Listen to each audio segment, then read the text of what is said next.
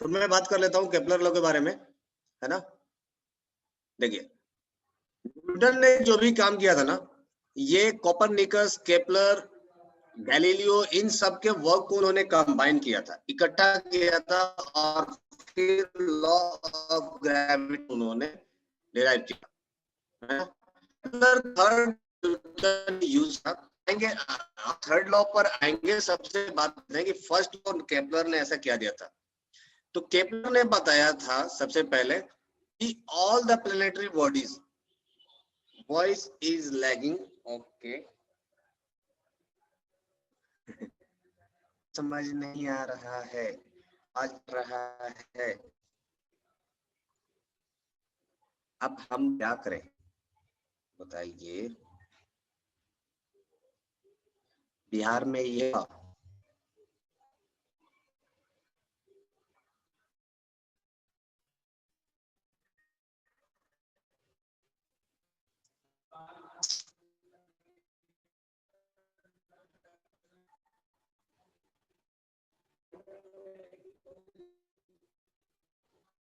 नहीं दे रहा है, बोलो।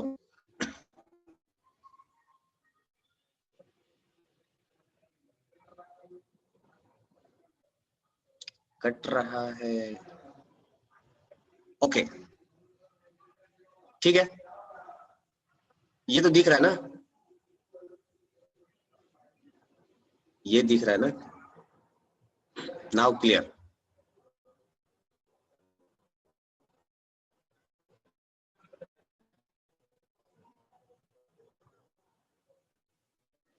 लेट्स, हाँ, केपलर लॉ,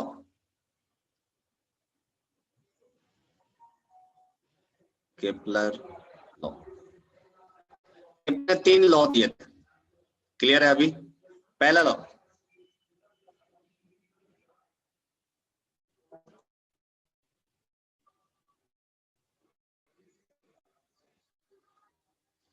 वॉइस क्लियर ना,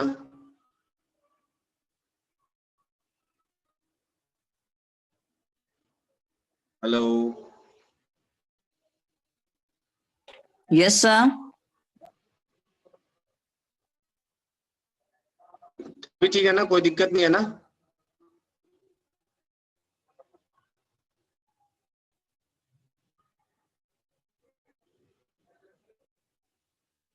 hello,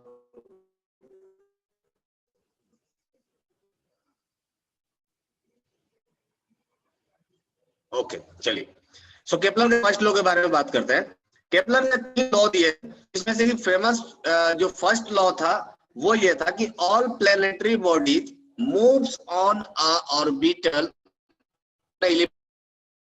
in which sun is situated on the foci।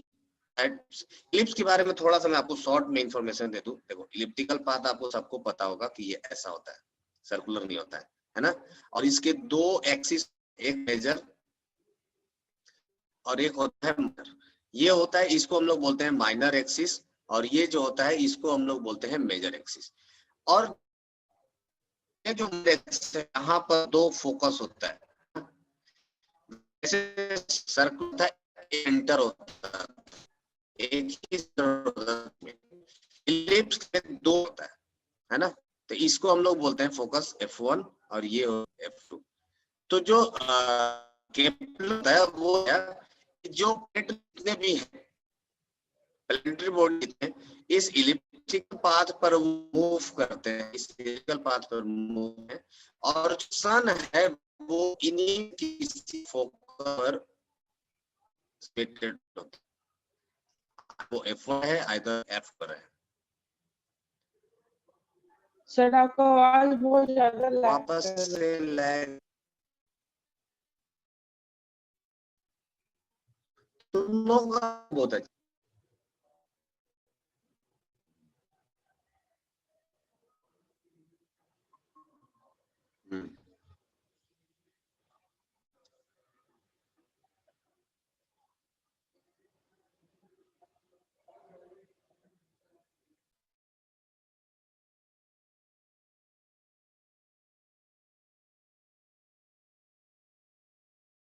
Sir webcam of कर लीजिए अपना।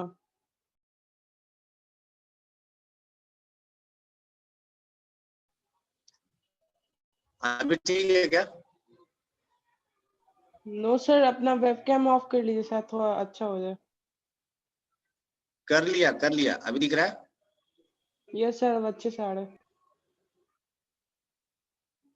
चलिए, सो स्क्रीन अगर आपको दिख रहा है तो देखिए ये है इलिप्टिक पाथ, और इलिप्टिक पाथ में जो सन है ये उसके किसी भी फोकस पर होता है, और जो बॉडी जो भी प्लेनेट है वो इस पाथ मूव करेंगे, और इसी पाथ को हम लोग हैं ऑर्बिट, है ना? ने इस बोला था ये होगा ऑर्बिट, ठीक है? ये हो गया आपका फोकस। ये कोई भी प्लेनेट हो सकता है, अर्थ हो सकता है, मरकरी हो सकता है, वेनस हो सकता है, कोई भी प्लेनेट हो सकता है, तो ये कोई भी प्लेनेट हो जाएगा। तो केपलर ने था कि ऑर्बिटरी बॉडी मूविंग ऑन था सर और फिर से कटना स्टार्ट हो गया। हाँ कोई बात नहीं, मैं लिख देता हूँ, तब तक तुम लोग लिखो, मेरी बातों को मत सुनो। ऑल प्लेनेटरी बॉडीज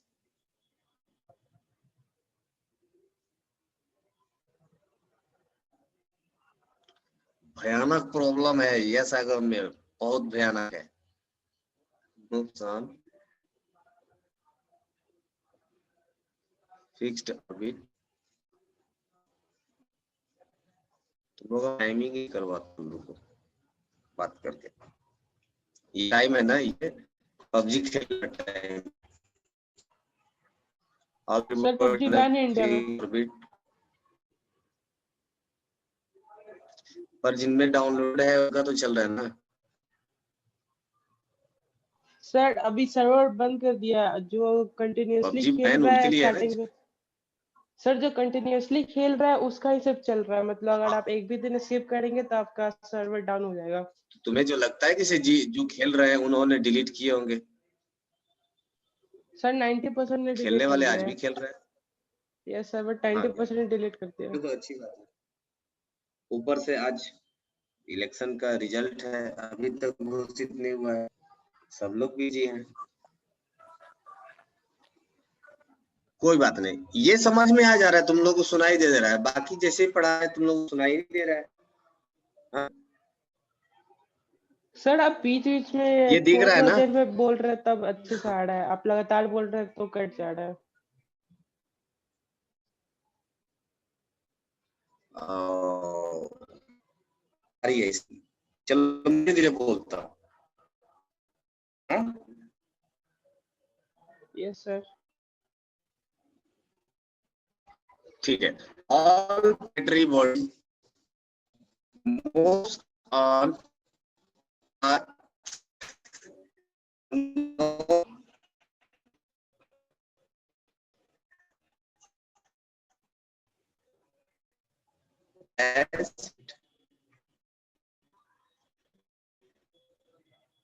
आईपीएल भी है, हाँ, इसलिए पढ़ने में मिला होगा,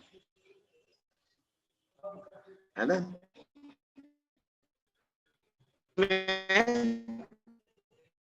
तो आपका वॉइस अभी भी लैग कर रहा है।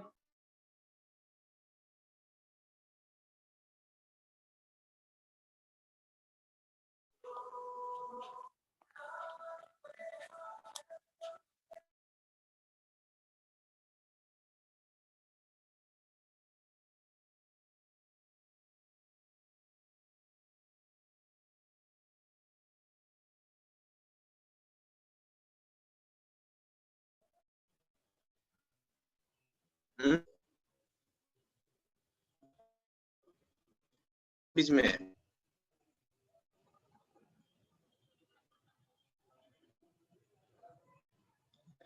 पता नहीं चल रहा है, सच में बहुत इरिटेट कर रहा है इंटरनेट।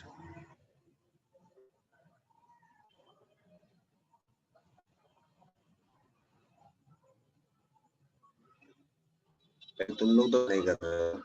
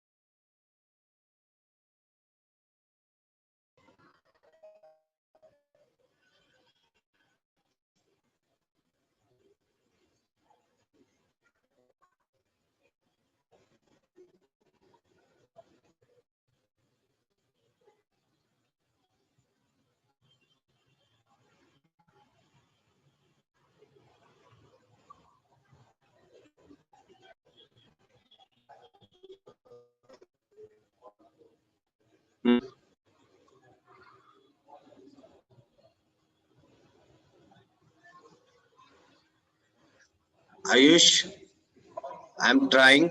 मैं नहीं चाहता कि किसी भी हालत में क्लास कैंसिल हो।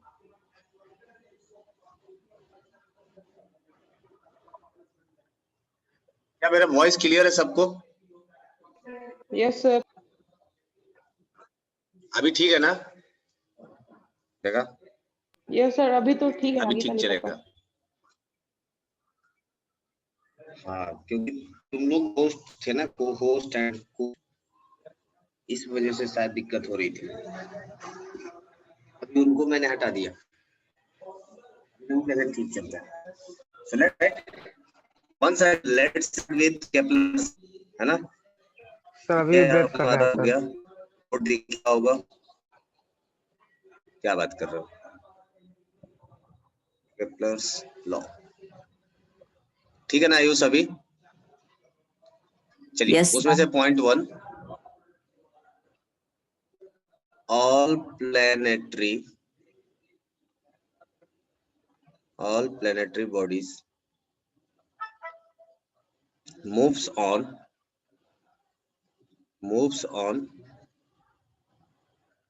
fixed path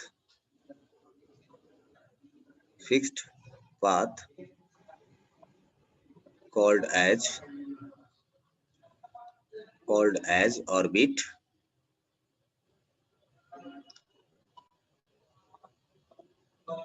where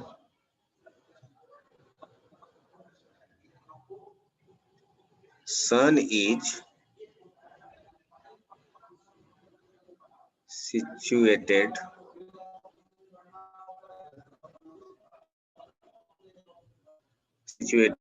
at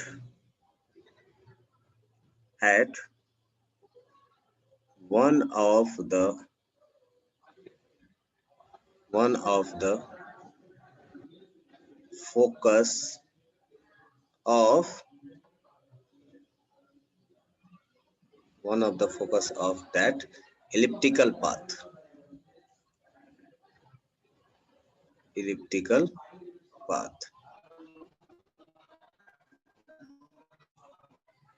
है ना?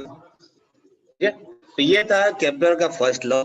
इसका अगर फिगर बना लिया, फिगर कुछ ऐसा बनेगा। देखिए, ये हो गया इलिप्स, है ना? और ये फिलिप्स का ये होगी, इसको हम लोग बोलते हैं मेजर एक्सिस, और ये इसको हम लोग बोलते हैं माइनर एक्सिस। इसके दोनों साइड में सिमेट्रिकली दो फोकस होंगे। एक का नाम रख लेते हैं F1, दूसरे का नाम रख लेते हैं F2।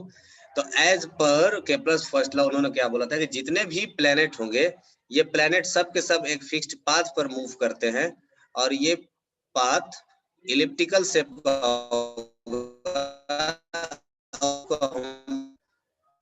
इसको हम लोग बोलते हैं orbit.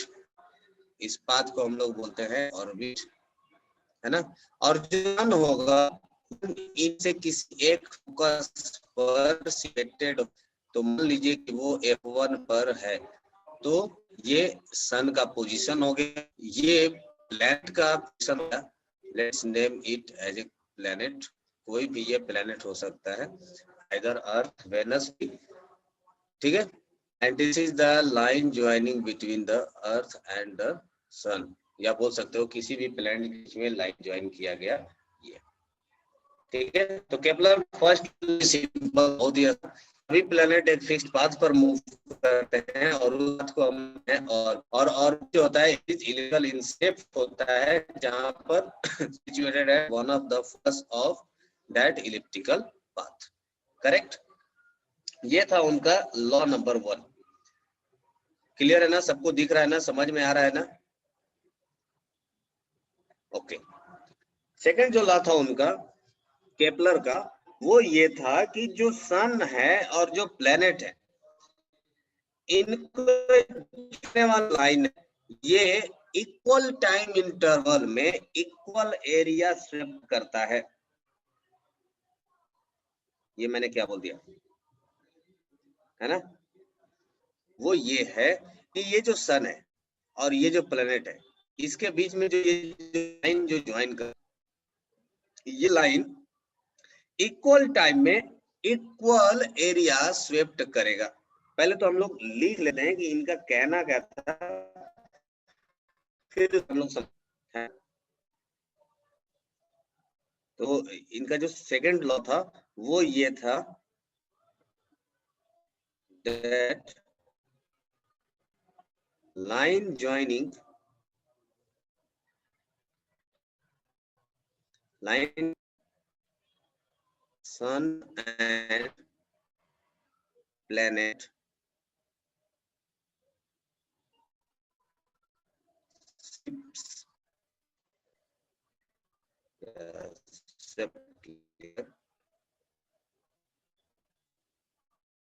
equal a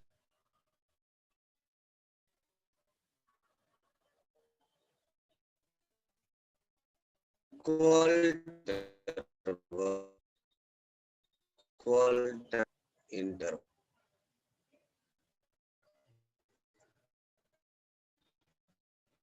So let's shift here in equal time interval.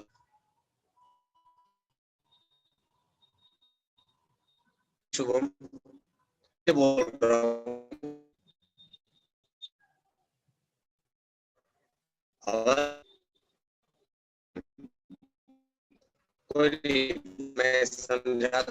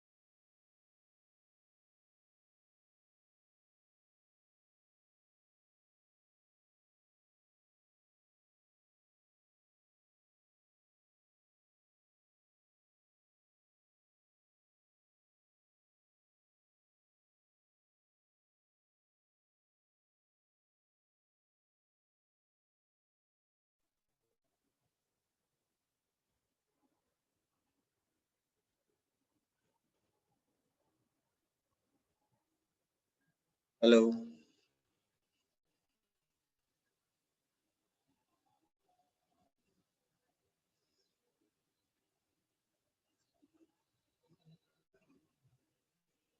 आवाज अभी भी कट कट के आ रहा है क्या? अभी सही है सर।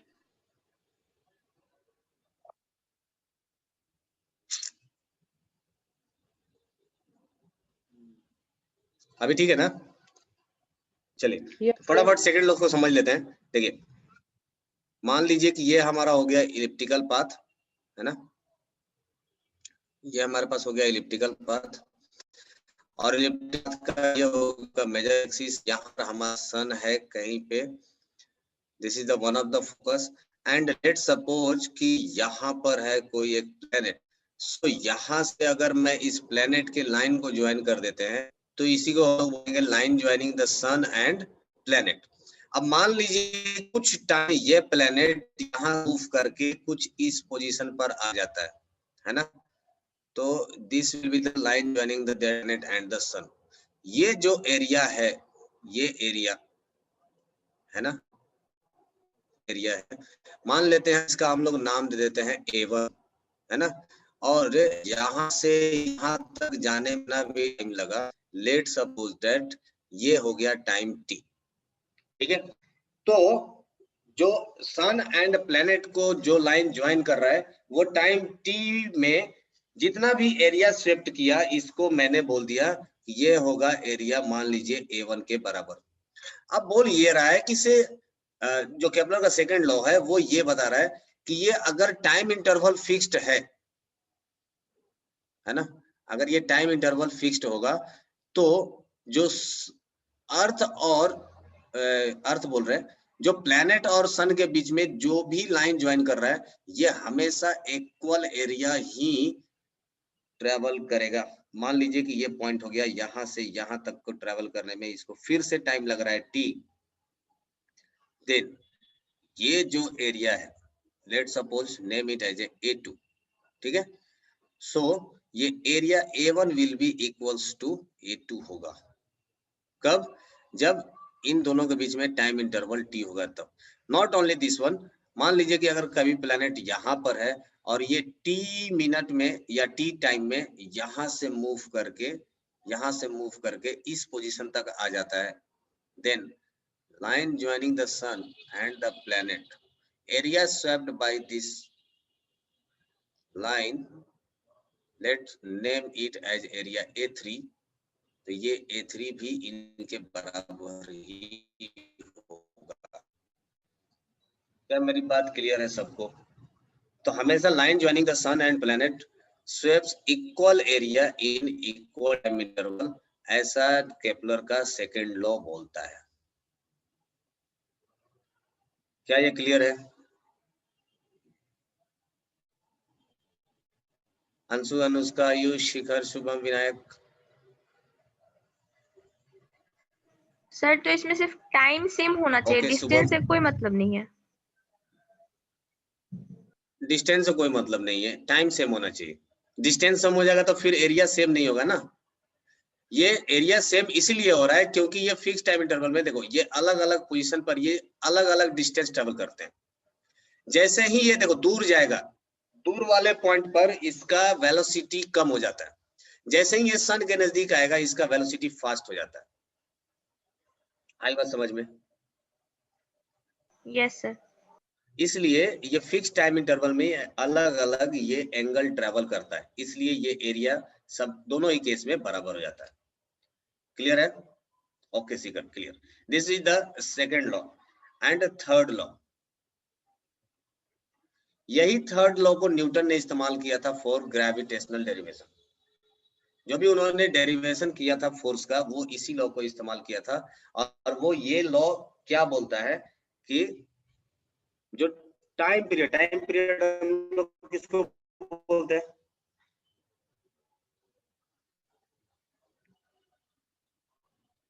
एनीवन? टाइम पीरियड हम लोग किसको बोलते हैं?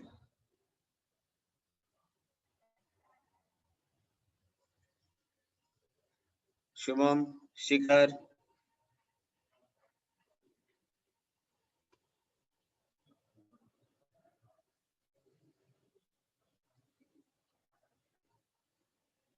टाइम पीरियड किसको बोलते थे? हेलो, सब साइलेंट मोड में चला गया। सर द टाइम देखिए, taken to complete one oscillation. One revolution या वन ऑसिलेशन कह सकते हो। तो अगर ये सन है, हाँ अगर ये सन है, कोई प्लेनेट अगर यहाँ पर, लेट से दिस इज ओरिजिन, यहाँ से स्टार्ट करता है, मूव करता है और यहाँ से गोल घूमकर आने तक ये जो पोजीशन है, अगर यहाँ तक आने में जितना भी टाइम लगेगा इसी को हम लोग बोलेंगे टाइम पीरियड। जो केपलर के जो थर्ड लॉ था वो यही था कि दैट, अच्छा इन दोनों के बीच का जो डिस्टेंस होगा, एवरेज डिस्टेंस की मैं बात कर रहा हूँ। ऐसे देखा जाए तो हर एक पोजीशन पर इसका डिस्टेंस अलग अलग होगा, है ना। यहाँ पर अगर प्लेनेट होगा तो सबसे ज्यादा डिस्टेंस होगा, अगर यहाँ पर प्लेनेट होगा तो सबसे कम डिस्टेंस होगा। तो मैं एवरेज डिस्टेंस की बात कर रहा हूँ। एवरेज डिस्टेंस हम लोग कैसे मानेंगे कि अगर सर्कुलर मान लिया जाए, ऑर्बिट ना मान करके, इलिप्टिकल ऑर्बिट ना मान करके, अगर मैं इसको सर्कुलर मान लेता हूं तो मैं मानूंगा कि ये जो सन है ये एग्जैक्टली सेंटर पर होगा इस सर्कुलर पाथ का, और प्लेनेट इससे हमेशा average distance that will be equals to r के बराबर होगा। ठीक है, तो थर्ड लॉ इसी के बेसिस पर है कि यहां से कंप्लीट वन रेवोल्यूशन कंप्लीट करने में जितना भी इनका टाइम लगेगा, T square, that a square of time period is directly proportion to radius के क्यूब के प्रोपोर्शन होगा। ये न्यूटन के थर्ड लॉ का कहना है। न्यूटन का बोल रहा हूँ, केपलर का थर्ड लॉ का यही मतलब है। आई बात समझ में? तो अगर मैं इसको वर्ड्स में बोलूं, वर्ड्स में अगर मैं लिखने की बात करूं तो वर्ड्स में हम लोग इसको कैसे एक्सप्लेन कर सकते हैं? The square of time period of planet, words में मैं लिखता हूं the square of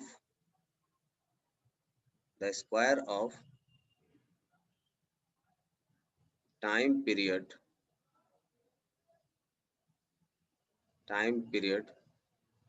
of planet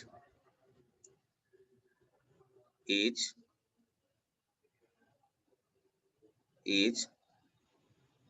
directly proportion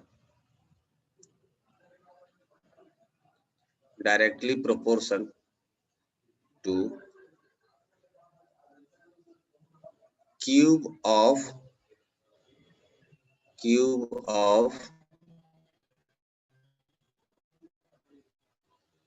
distance from sun। ठीक है, आई होप ये क्लियर होगा। थर्ड लॉ क्लियर है ना? किसी को कुछ डाउट? सर ऑर्बिट इलिप्टिकल क्यों Okay. होता है, स्फेरिकल क्यों नहीं होता है? ये कुछ ऐसा समझ लीजिए कि आप एक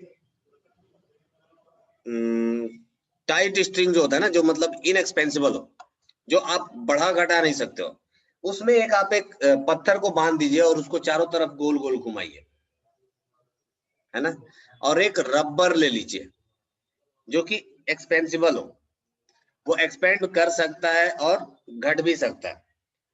तो अगर आप रबर में पत्थर बांध के गोल गोल घुमाएंगे, उसके पाथ को ऑब्जर्व करिए, और जो आप एक टाइट स्ट्रिंग में अनएक्सपेंडेबल, उसको अगर आप उसमें अगर आप पत्थर बांध के गोल गोल घुमाएंगे, दोनों को पाथ को आप ऑब्जर्व करेंगे, तो जो टाइट स्ट्रिंग होगा उसमें पाथ सर्कुलर होगा, और जो एक्सपेंडेबल रबर में आपने जो बांध करके पत्थर गोल गोल घुमा रहे हैं वो इलिप्टिकल शेप होगा। रीजन इसका यही है कि यहाँ पर ग्रेविटेशनल फोर्स ही सेंट्रीपिटल फोर्स प्रोवाइड करता है, जिसके कारण ये राउंड राउंड चक्कर लगाते हैं, बट दैट फोर्स इज इलास्टिकल, है ना? तो अर्थ के मोमेंटम या किसी भी प्लेनेट के मोमेंटम के वजह से ये जो इसका जो पाथ होता है ये इलिप्टिकल शेप का होने लगता है, एग्जैक्ट सर्कुलर नहीं हो पाता है। Am I clear? Yes sir, but ऐसा क्यों नहीं होता कि ग्रेविटेशन के कारण प्लैनेट डायरेक्ट सन में जाके मिल जाए? वो इसलिए नहीं होता है, देखो अभी मोमेंटम के बारे में अभी तो हम लोग थोड़ा बहुत जानते हैं ना, यस सर। तो थोड़ा सा अगर आप वेट करेंगे तो आपको आइडिया लग जाएगा ऐसा क्यों नहीं होता है या ऐसा क्यों होता है, ये सब कुछ। थोड़ा सा इंतजार करेंगे तो उसका भी आइडिया लग जाएगा।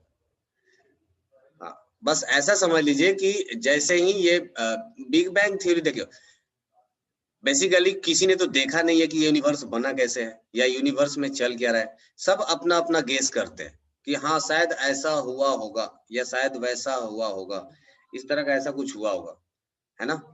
तो अभी तक जो सबसे वाइडली नोन जो थ्योरी है, जो मोस्ट एक्सेप्टेड जो थ्योरी है, वो यही है बिग बैंग थ्योरी, यही है ना? Yes sir.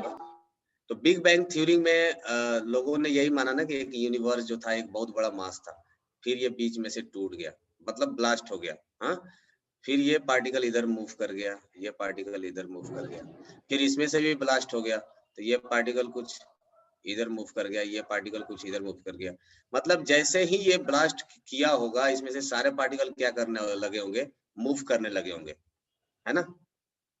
ये सारे पार्टिकल मूव करने लगेंगे। अब मूव करेंगे तो जस्ट एज्यूम करो कि ये पार्टिकल एक इधर मूव किया, ये पार्टिकल कुछ इधर मूव किया,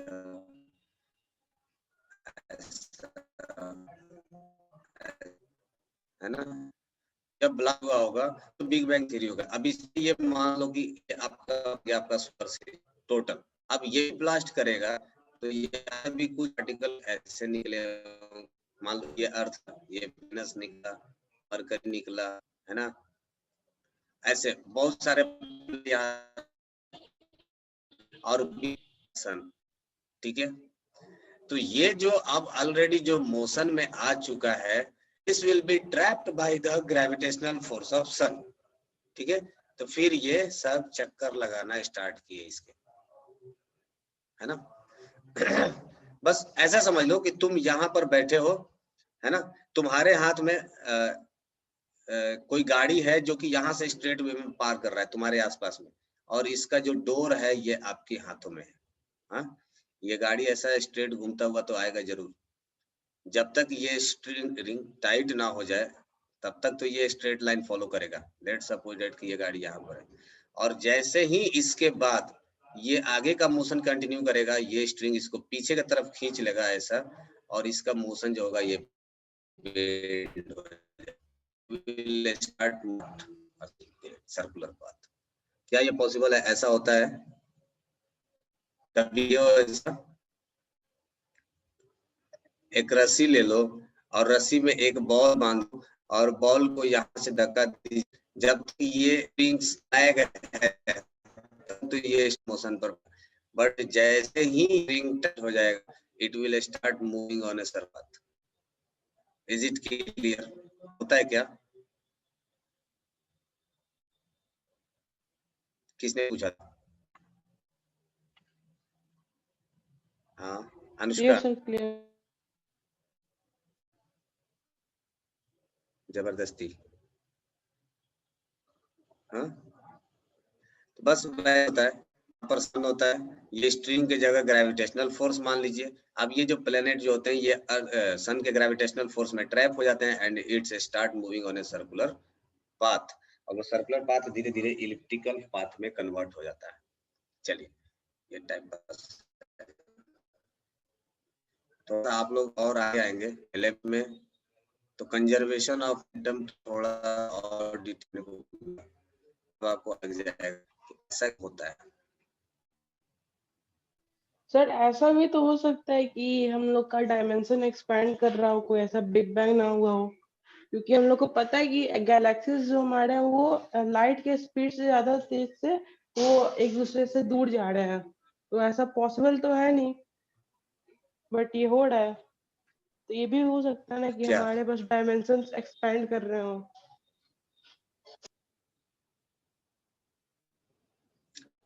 डायमेंशन क्यों एक्सपैंड कर रहे हैं?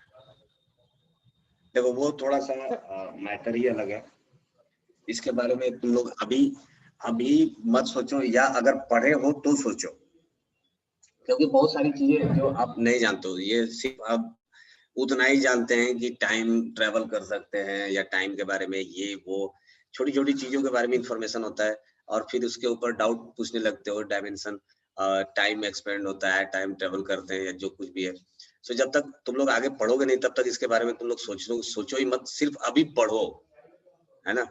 This is not only belongs to the dimension, उसके साथ साथ और भी तो चीजें होती है ना, उस चीजों को हम लोग नेग्लेक्ट कर देते हैं। और ये जो बोला जाता है ये कोई यूं ही नहीं बोला जाता है, सिर्फ और सिर्फ एक्सपेक्टेशन नहीं है कि यहाँ से बिग बैंग थ्योरी होता है। आज भी बहुत सारे ऐसे फ्रीक्वेंसी के वेव पृथ्वी पर रिसीव किए जा रहे हैं या रिसीव किए जाते हैं जो नॉर्मल लाइट के फ्रीक्वेंसी से काफी ज्यादा है, और ये तभी होता है जब large amount of energy release किया जाता है, सो उसके आधार पर किया जाता है ना। तो सिर्फ और सिर्फ ऐसा मुंह से नहीं बोल दिया जाता है कि हाँ ठीक है डायमेंशन पढ़ रहा है, किसी ना किसी आधार पर ही बोला जाता है। ओके, सो यहीं पर इस टॉपिक को स्टॉप करते हैं, ये काफी है बहुत बड़ा टॉपिक, आप लोग पढ़िए इसको, नो डाउट ये अच्छी बात है कि आप पढ़िए, पर डिसीजन बहुत जल्दी मत लीजिए कि ऐसा हो भी सकता है, क्योंकि आप जो आप आधार पर सोच रहे हो उसके बेसिस पर आपका बहुत अच्छा स्ट्रॉन्ग रीजनिंग होना चाहिए, तभी जाकर के आपकी बातों को कोई वैलिड मानेगा, है ना। आप जो बोल रहे हैं उसके पीछे आप रीजनिंग तैयार करिए, हाँ ऐसा हो सकता है कि आपके रीजनिंग को वाइडली एक्सेप्टेंस मिले और तुम साइंटिस्ट बन जाओ, इट इज पॉसिबल। ठीक है, ठीक है ना। तो केपलर्स लॉ, आई होप कि ये 3 लॉ आप लोगों को क्लियर होगा। केपलर्स लॉ में कहीं पर कोई डाउट नहीं होगा, ये सिर्फ और सिर्फ थ्योरेटिकल है, आपको केपलर के तीनों लॉ याद होने चाहिए। ओके, न्यूटन्स लॉ हो गया, केपलर्स लॉ हो गया। अब इसके बाद हम लोगों को पढ़ना था force and thrust and mass and weight के बारे में आप लोगों को बता चुका हूं ना।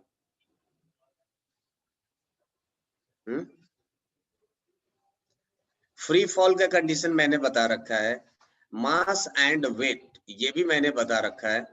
अब हमारे पास बच गया थ्रस्ट एंड प्रेशर के बारे में बात करना। हेलो,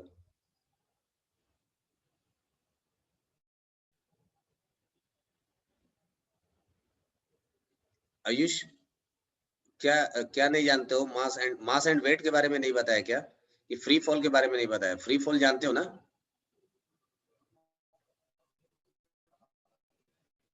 फॉल होता था कि भी सर्टेन हाइट से एक बॉल को हम लोग क्या करते थे, ऊपर से ड्रॉप करते थे यहाँ से, जहां पर इनिशियल वेलोसिटी को हम लोग मान लेते थे 0, और ये जो बॉल होता था ये ड्रॉप होता था, नीचे आता था, जमीन को टकराता था, और यहाँ पर चूंकि जो भी एक्सेलरेशन है वो डाउनवर्ड डायरेक्शन में कांस्टेंट है, दैट इज इक्वल टू जी, और ये जी को हम लोग क्या बोलते हैं? Acceleration due to gravity. तो यहाँ पर हम लोग वो तीनों इक्वेशन इस्तेमाल कर लेते थे। कौन सा? v is equal to u plus g t, है ना? v क्या था? यहाँ पर जैसे ही ये टकराने वाला था, इसका फाइनल वेलोसिटी को हमने मान लिया है v, और यहाँ से यहाँ तक का हाइट जो होगा that will be the called as the displacement. तो सेकंड जो इक्वेशन था वो था h is equal to ut plus half g t square. Initial velocity 0 हुआ करता था, तो फ्री फॉल के कंडीशन में h इज इक्वल टू लिख सकते थे क्या? G t square by 2। ये हो गया 2। और थर्ड इक्वेशन कौन सा था? Final velocity v square is equal to u square plus 2gh। Initial velocity हमारा 0 था फ्री फॉल के केस में, तो v इज इक्वल टू हो जाता था under root of 2g into h। ये तीन चीज हम लोग मोशन में ही पढ़ चुके थे फ्री फॉल। तो आई होप ये आप लोग को याद होगा, एक बार रिवीजन कर लीजिएगा। फ्री फॉल एक आप लोग को एनसीईआरटी में एक दिया गया है टॉपिक, इसी में ग्रेविटेशन में ही, तो ये फ्री फॉल मैंने पहले ही पढ़ा रखा है, आप लोग चेक कर लीजिएगा, ठीक है। दूसरा चीज, हमने मास एंड वेट के बारे में डिफरेंस बताया है, अगर आपको याद नहीं है तो मैं फिर से बता देता हूँ। मास वो चीज है that is called as the intrinsic property of any material. What is it? Is intrinsic. Intrinsic उसको बोलते हैं दैट इज इंटरनल प्रॉपर्टी आप बोल सकते हो, जो कि किसी और चीज पर डिपेंड नहीं करता है। Intrinsic property of any material, है ना? ये कहीं भी चेंज नहीं होता है, it is constant through out the universe, है ना? अभी तक के थ्योरी के हिसाब से यही है, इट इज कांस्टेंट, है ना? अब इसमें तुम एक्स्ट्रा दिमाग लगाओगे कि सर अगर लाइट के स्पीड से ट्रेवल करेगा तो मास रिड्यूस हो जाता है या एनर्जी हो जाता है, ये एक्सेप्शनल केस है, उस केस के बारे में मैं बात नहीं कर रहा हूँ। अप टू आवर लेवल, अभी तक का जो हमारा लेवल है, मास को हम लोग क्या मानेंगे? कांस्टेंट मानेंगे थ्रू आउट द यूनिवर्स, ठीक है। और जो इसका यूनिट होता है, its unit SI unit will be KG, है ना? और जो इसका सीजीएस यूनिट होगा, this will B SI unit, और जो इसका सीजीएस यूनिट होता है, सीजीएस यूनिट होगा वो होगा ग्राम, दैट विल बी सीजीएस, है ना? ये हो गया मास के बारे में। और अगर मैं बात करूं वेट के बारे में, तो वेट और मास ये दो अलग अलग चीज है ना? वेट इज इक्वल टू हम लोग लिख सकते हैं mass into acceleration due to gravity, mg, है ना? शॉर्ट में इसको हम लोग mg लिखते हैं। तो बेसिकली जो वेट होता है वो क्या होता है? मास इनटू एक्सेलरेशन के बराबर होता है। अब देखो, मास इनटू एक्सेलरेशन हमें क्या देता है? That gives us the force, और फोर्स का यूनिट क्या हो जाता है? न्यूटन। तो वेट का जो यूनिट होगा वो क्या होगा? न्यूटन होगा, है ना? कहने के लिए हम लोग बोल देते हैं कि 50 केजी न्यूटन इसका, 50 केजी इसका वेट है। बेसिकली फिजिक्स में ये वेट करना गुनाह है। हाँ, आप लोग क्या बोलोगे इसको? ये 50 न्यूटन इसका वेट है। जब भी हम लोग बोलेंगे तो 50 न्यूटन वेट बोलेंगे, लेकिन जब भी हम लोग मास के बारे में बात करेंगे तो हम लोग इसी को 50 केजी बोलेंगे। अगर मैं 50 केजी बोलता हूँ that means it is mass, अगर मैं 50 न्यूटन बोलता हूँ that means it is a weight. Weight क्या है? ये एक फोर्स है, तो ये कौन सा क्वांटिटी हो जाएगा? ये एक वेक्टर क्वांटिटी हो जाएगा, it will be a vector quantity, है ना? वेट क्या हो जाएगा? एक वेक्टर क्वांटिटी होगा। जबकि मास क्या होगा? मास एक स्केलर क्वांटिटी है ना? मास जो होगा ये कौन सा होगा? एक स्केलर क्वांटिटी होगा, it will be scalar quantity. I hope ये आपको लोगों को मास एंड वेट के बीच में डिफरेंस क्लियर होगा। सबको क्लियर है क्या?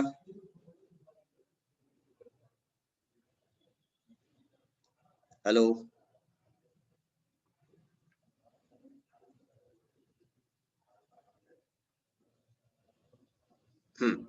ठीक है। कौन सा टॉपिक रिजेक्ट कर दिया अनुष्का?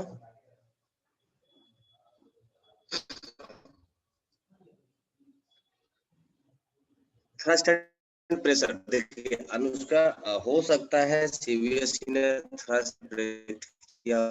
मैं रिजेक्ट इसलिए नहीं कर रहा हूँ बिकॉज आपका जिंदगी अभी रिजेक्शन में नहीं है ना। अभी हम लोग 11th में वापस से पढ़ने वाले हैं, 10th पढ़ने वाले हैं, है ना।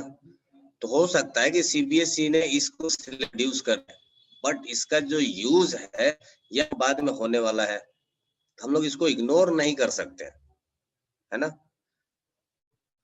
तो विल डेट ऐसा कुछ भी नहीं है, correct. Yes yes, thank you Anushka, thank you. So हमारा जो नेक्स्ट टॉपिक होगा वो होगा, हाँ थोड़ा सा हम लोग इसको फास्ट कवर करने की कोशिश करेंगे, आप लोग समझने की कोशिश करिएगा। ऐसा तो आप लोग पहले से जानते हो, इसमें कोई बहुत बड़ा बिग डील है नहीं। What is thrust and what is pressure? Thrust and pressure. Thrust किसको बोलते हैं? थ्रस्ट को तो अभी निपटाते हैं, है ना। प्रेशर में तो ठीक है, नेक्स्ट लेक्चर में खत्म कर लेंगे। थ्रस्ट की बात अभी कर लेते हैं। थ्रस्ट किसको बोलते हैं? देखिए, कोई भी अगर सरफेस है, इसके परपेंडिकुलर जो भी फोर्स लगेगा, परपेंडिकुलर मतलब समझ रहे हो ना, 90 डिग्री, इसके परपेंडिकुलर जो भी फोर्स बोलेगा, इस फोर्स को ही हम लोग क्या बोलेंगे? थ्रस्ट। तो बेसिकली थ्रस्ट कुछ भी नहीं है, ये एक टाइप ऑफ फोर्स ही है ना। तो जब भी ये किसी सरफेस के परपेंडिकुलर वर्क करता है, इस फोर्स को हम लोग क्या बोलते हैं? थ्रस्ट बोलते हैं। तो थ्रस्ट का यूनिट जो फोर्स का यूनिट है वही यूनिट थ्रस्ट का भी होगा, that will B Newton. Okay, clear है ना। तो अगर मैं इसकी बात करूं कि what will the definition of thrust, definition कैसे लिखेंगे?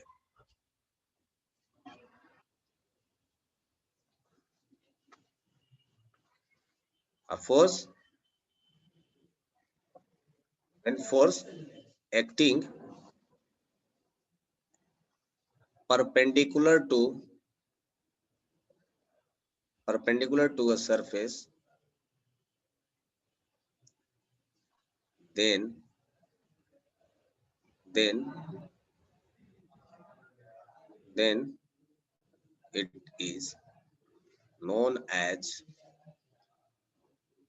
it is known as thrust, है ना। किसी भी सरफेस के परपेंडिकुलर डायरेक्शन में जो भी फोर्स लगेगा उसको हम लोग क्या बोलेंगे? Thrust. So let's name it as a surface. ये आपका हो गया सरफेस, और इसके परपेंडिकुलर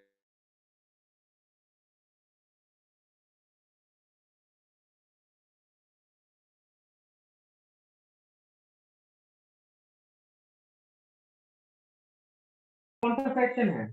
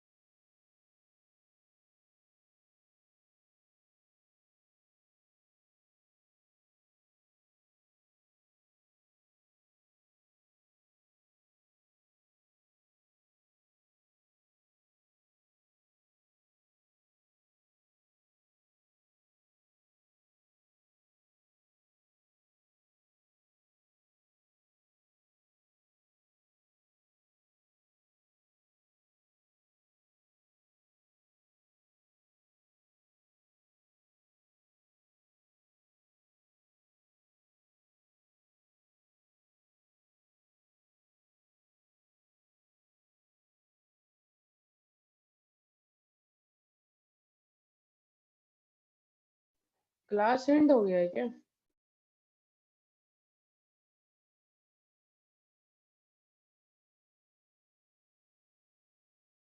नहीं किए हो? पता नहीं।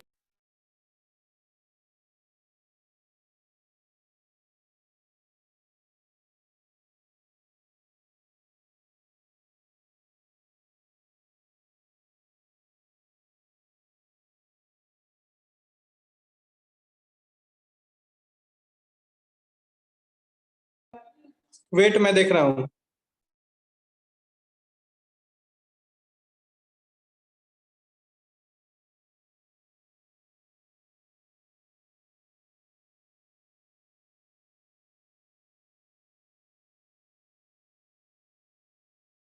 आप लोग का टाइम ओवर हो गया ना क्लास का? यस सर, बट अचानक से हाँ सर तो गायब आप हो एंड गए। कर दो ना क्लास को।